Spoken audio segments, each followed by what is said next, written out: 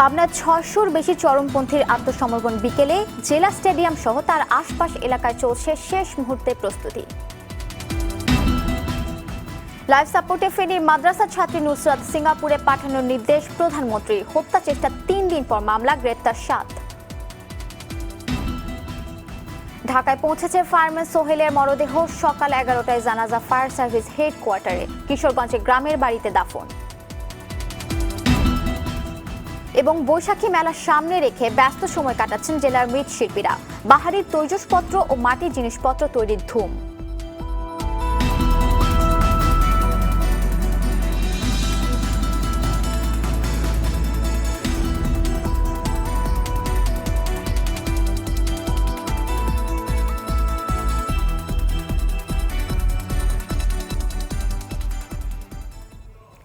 আসসালামু আলাইকুম, স্বাগত জানাচ্ছি আর টিভি সকালের সংবাদে। শুনছিলেন মার্কেন্টাইল ব্যাংক শিরোনাম।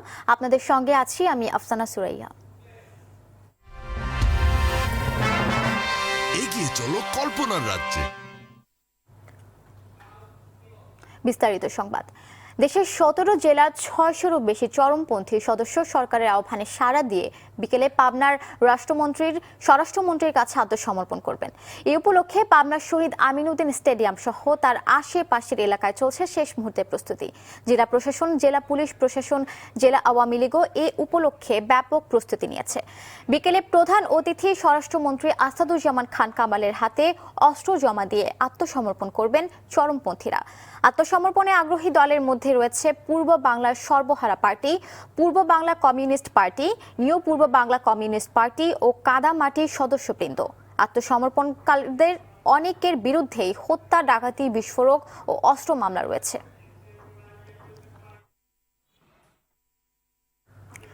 দর্শক, এই মুহূর্তে পাবনার শহীদ আমিনউদ্দিন স্টেডিয়ামে আছেন সহকর্মী নজরুল ইসলাম বাঁধন।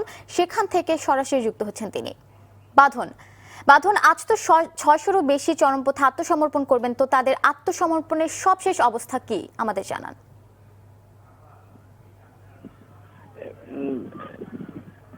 বলবো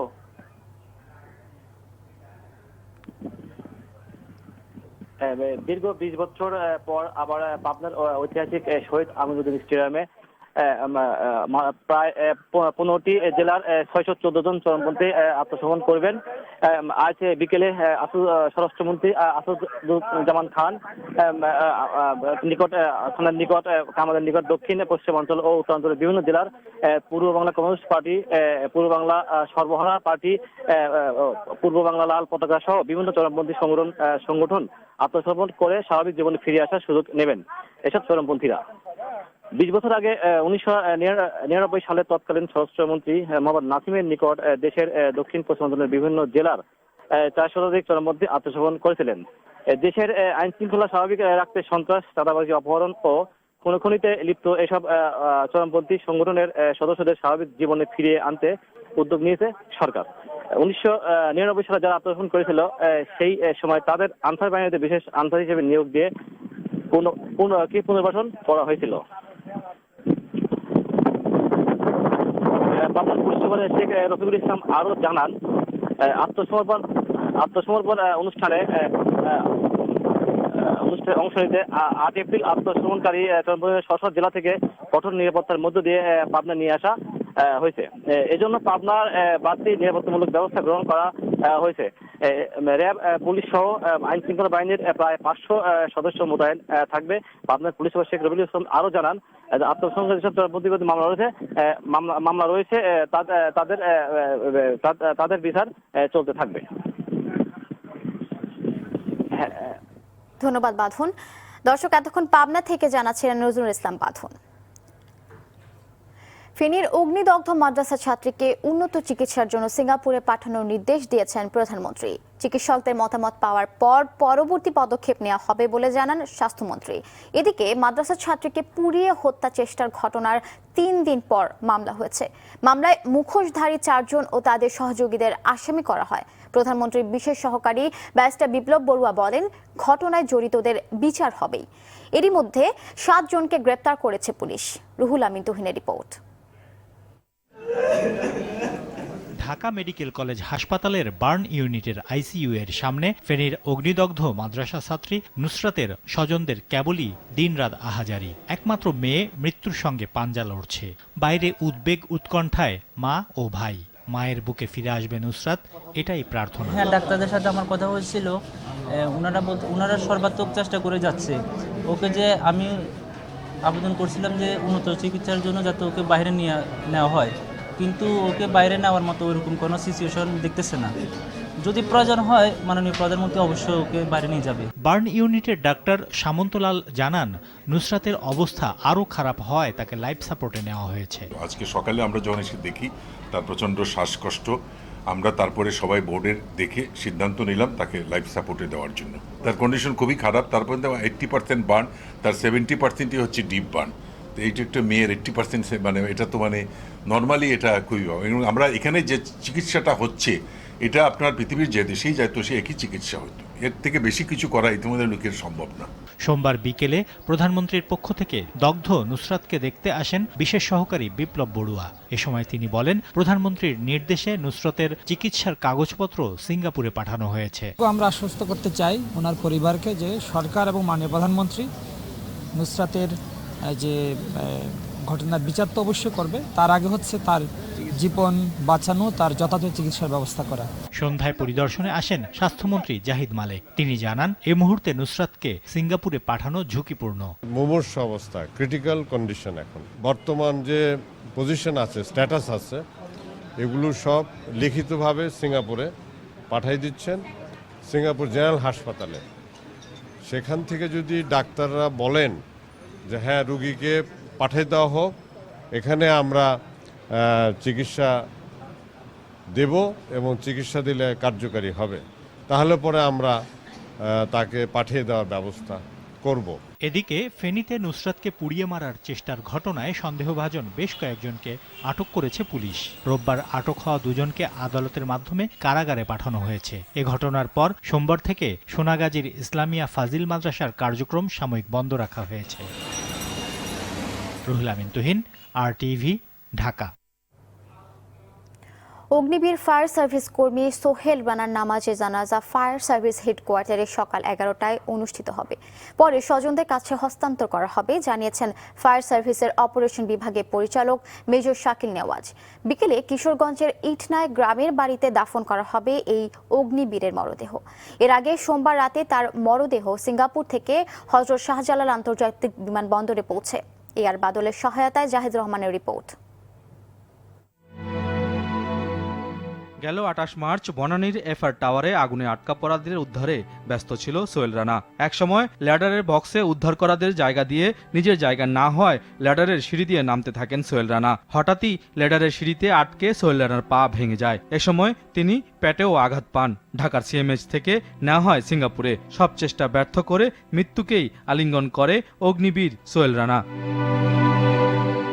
ফায়ার সার্ভিসের অপারেশন বিভাগের পরিচালক মেজর শাকিল নেওয়াজ বলেন, সব ধরনের সহযোগিতা পরিবার পাবেন। সরকারের একটা নিয়ম নীতি আছে, সরকারের একটা গাইডলাইন আছে, রুলস রেগুলেশন আছে। কোনো লোক যদি একটা বছরে মারা যায়, যেমন 5 বছরে মারা গেলে পরে সে কি পরিমাণ বেনিফিট পাবে, 10 বছরে মারা গেলে পরে কি বেনিফিট পাবে, 25 বছরে মারা গেলে পরে বেনিফিট কি পাবে, সেই অনুযায়ী কিন্তু সে এখানে পাবে। এদিকে কিশোরগঞ্জের বাড়িতে চলছে শোকের মাতম। চিকিৎসাধীন অবস্থায় মারা যাওয়ার খবর শোনার পর পুরো এলাকায় শোকের ছায়া নেমে আসে। প্রিয় সন্তানের অকাল মৃত্যুতে বারবার মূর্ছা যাচ্ছেন মা হালিমা খাতুন। সালাম দিত, আমরা সঙ্গে দুঃখে সুখে অনেক কথাবার্তা সে বলতো। ওর ফ্যামিলিটা অত্যন্ত একটা গরিব দলে অসহায়, একমাত্র সেই ছিল এই ফ্যামিলির অবলম্বন। সোহেল রানার এমন আত্মদান সবার জন্য অনুকরণীয় হয়ে থাকবে বলে মনে করেন অনেকেই। জাহিদ রহমান, RTV, ঢাকা। এদিকে সোহেল রানার কিশোরগঞ্জের বাড়িতে চলছে শোকের মাতম। চিকিৎসাধীন অবস্থায় মারা যাওয়ার খবর শোনার পর পুরো এলাকায় শোকের ছায়া নেমে আসে। প্রিয় সন্তানের অকাল মৃত্যুতে বারবার মূর্ছা যাচ্ছেন মা হালিমা খাতুন। মৃত্যুর খবর পেয়ে সোহেলের বাড়িতে ভিড় করছেন স্বজনরা। জেলার ইটনা উপজেলার চৌগাঙ্গা ইউনিয়নের কেরুয়ালা গ্রামের দরিদ্র কৃষক নুরুল ইসলাম ও হালিমা খাতুনের 4 ছেলে ও 1 মেয়ের মধ্যে সোহেল রানা ছিলেন সবার বড়। মাত্র 3 বছর আগে ফায়ার সার্ভিসে ফায়ারম্যান হিসেবে চাকরি নেন।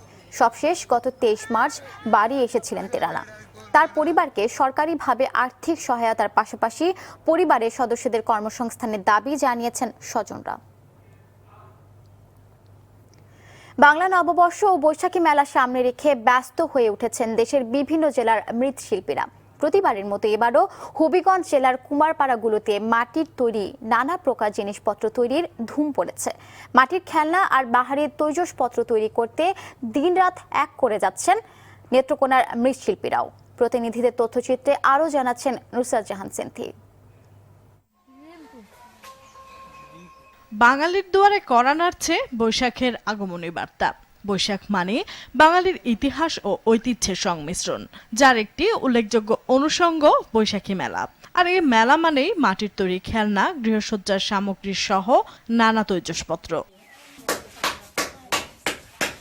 প্রতিবারের মতো এবারও বাঙালির প্রাণের এই উৎসবকে রাঙাতে ব্যস্ত হয়ে উঠেছে হবিগঞ্জের কুমারপাড়ার 2 শতাধিক পরিবার। হাতে সময় কম থাকায় পরিবার পরিজন নিয়ে কাজ করছেন তারা। এখন চৈত্র মাসে শেষে বৈশাখী মেলা লেগে আপনার খাসটা এখন কিছু করতেছি, আর সারা বছর কোনো খাস থাকে না।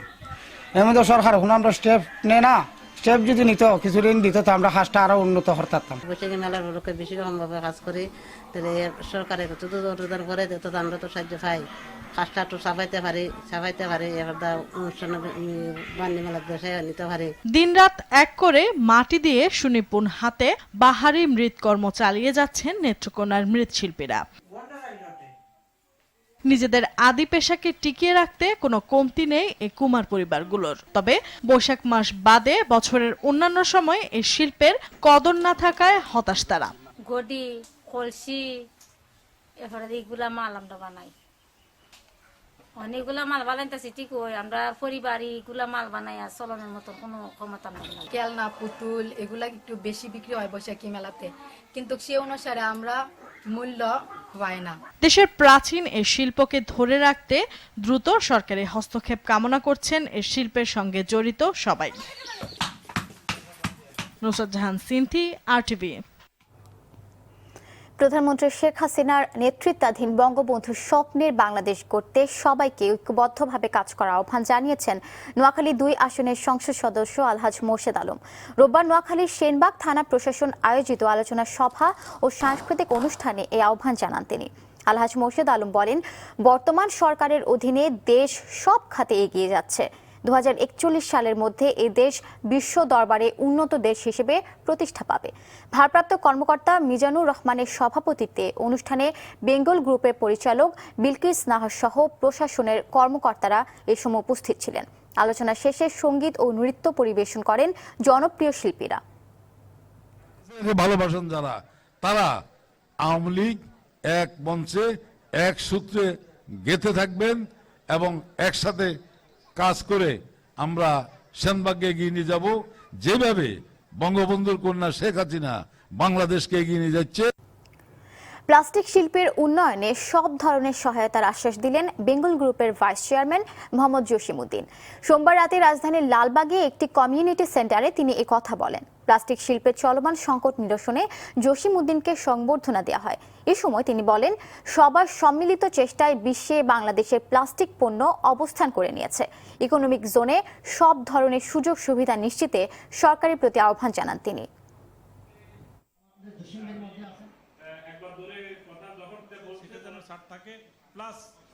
আমাদের টয়েজ যে ইন্ডাস্ট্রিটা, এই ইন্ডাস্ট্রিটাকে ব্যাটমুক্ত করা যায় কিনা, এই ইন্ডাস্ট্রিটাকে ব্যাটমুক্ত রাখা এবং ইনকাম ট্যাক্স হলিডের মধ্যে আওতায় রাখা, এটার জন্য আমি খুব চেষ্টা করছি। এই বাজেটে আমরা বেজার সাথে কাজ করছি। ওখানে 700 একর জায়গা নবাবগঞ্জে, সেখানে প্লাস্টিক সহ যে ইন্ডাস্ট্রিগুলি আছে এগুলিকে রিলোকেট করার জন্য।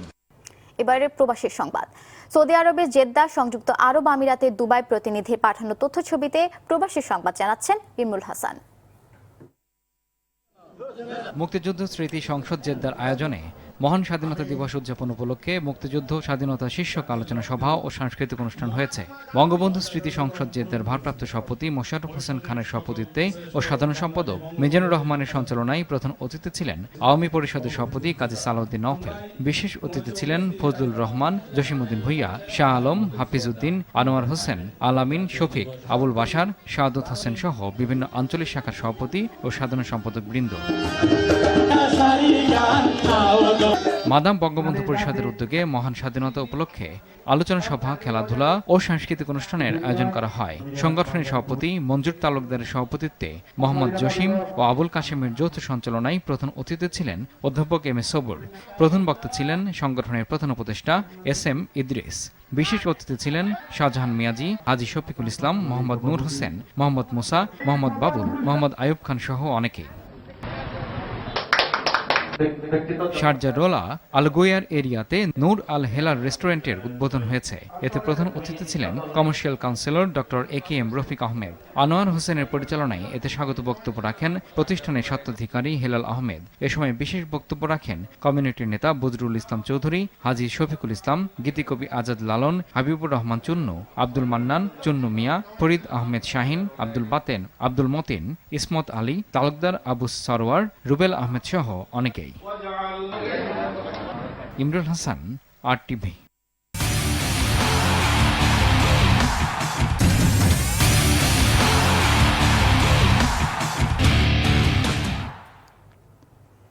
মধুমতি ব্যাংক বঙ্গমাতা আন্তর্জাতিক গোল্ড কাপের খবর। বয়সভিত্তিক ফুটবলে নিয়মিত আলো ছড়াচ্ছেন মেয়েরা। তাদের নৈপুণ্য স্বপ্ন দেখাচ্ছে দেশের ফুটবলকে বহুদূর এগিয়ে নেওয়ার। যাদের হাত ধরে এমন সাফল্য আসছে, দেশ বিদেশে উঠছে লাল সবুজের পতাকা, তাদের একজন মনিকা চাকমা। দর্শক, মমিন রোহনের ধারাবাহিক প্রতিবেদনের চতুর্থ পর্বে থাকছে ফুটবলার মনিকার উঠে আসার গল্প।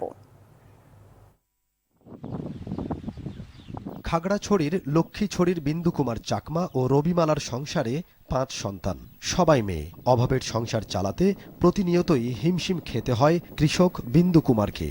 তাই বাবা মার চাওয়া মেয়েরা ভালোমতো পড়াশোনা করে বড় কিছু হবে। বাবা মায়ের একান্ত বাধ্য মেয়েরাও। কিন্তু সবচেয়ে ছোট মেয়েটা দুরন্ত স্বভাবের, মন উড়ে বেড়ায় পাহাড় জুড়ে।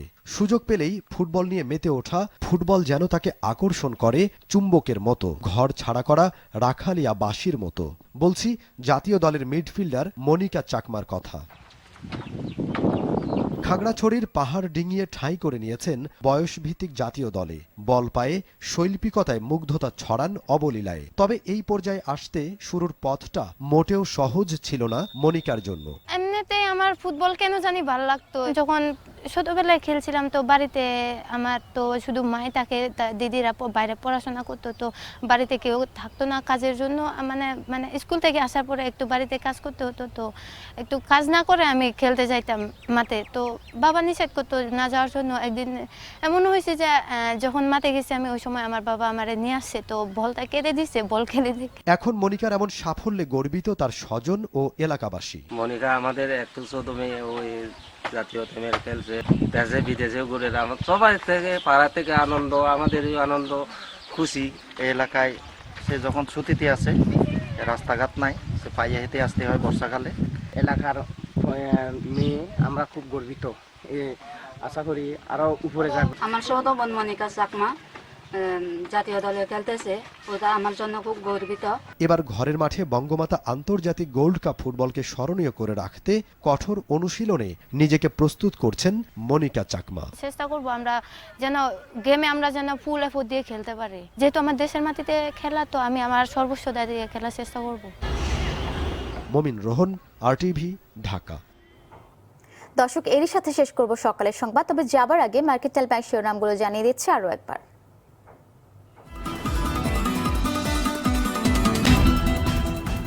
পাবনার 600-র বেশি চরমপন্থীর আত্মসমর্পণ বিকেলে জেলা স্টেডিয়াম সহ তার আশপাশ এলাকায় চলছে শেষ মুহূর্তের প্রস্তুতি। লাইফ সাপোর্টে ফেনীর মাদ্রাসা ছাত্রী নুসরাত সিঙ্গাপুরে পাঠানোর নির্দেশ প্রধানমন্ত্রীর। হত্যা চেষ্টা 3 দিন পর মামলা, গ্রেপ্তার 7।